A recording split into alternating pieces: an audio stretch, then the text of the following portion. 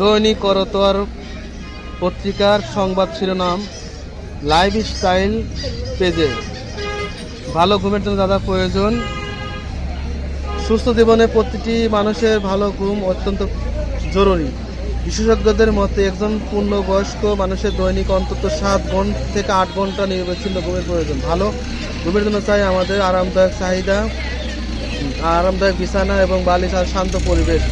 বিশেষ করে বালিশ ঠিকঠাক না হলেও অনেকের শান্তিতে ঠিকমতো ঘুমাতে পারে না। বিছানা খুব বেশি নরম কিংবা খুব বেশি শক্ত হওয়া যাবে না। তোশক জাজিম একসঙ্গে ব্যবহার করা না করাই ভালো, এবং তবে খাট বা বিছানার উপর ভিত্তি করে দুটোই ব্যবহার করা যেতে পারে যদি সেটা সঠিক উপায়ে বানানো যায়।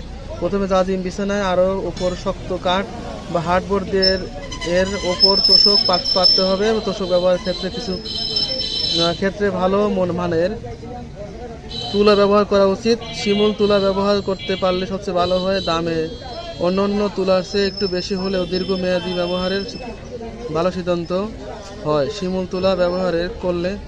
জাজিম সাধারণত 5-7 ইঞ্চি এবং তোশক 3-5 ইঞ্চি উচ্চতায় বানানো ভালো।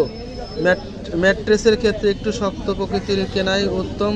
বেশি নরম ম্যাট্রেস মেরুদণ্ডের হাড়ের ও গঠনের উপর প্রভাব ফেলতে পারে।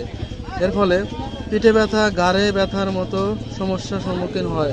শোয়ার সময় বিছানার কোনো অংশ যেন দেবে না যায় সেটা নিশ্চিত করে বিছানা কিনুন। বালিশ কেমন হলে ভালো হয়? বালিশের উপকরণ প্রাকৃতিক হওয়া উত্তম, যেমন ফোম বা কৃত্রিম ফাইবারে বালিশ নরম হলেও ঘুমের জন্য একদমই আরামদায়ক নয়। তুলার তৈরি বালিশ স্বাস্থ্যের জন্য ভালো। এটি বেশি উঁচু বা নিচু বালিশ ব্যবহার করা উচিত নয়। বালিশের উচ্চতা এমন হতে হবে যেন ঘাড় ও পিঠ সমান্তরালভাবে থাকে।